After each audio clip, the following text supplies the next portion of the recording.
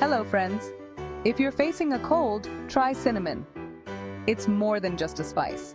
Cinnamon is not just a spice, it's a powerhouse with antiviral and anti-inflammatory properties. Take your regular cup of black tea and add a pinch of cinnamon powder for quick relief. Sip this soothing tea 2-3 times a day and feel the comfort. Or mix 1 teaspoon of honey with 1/4 teaspoon of cinnamon powder.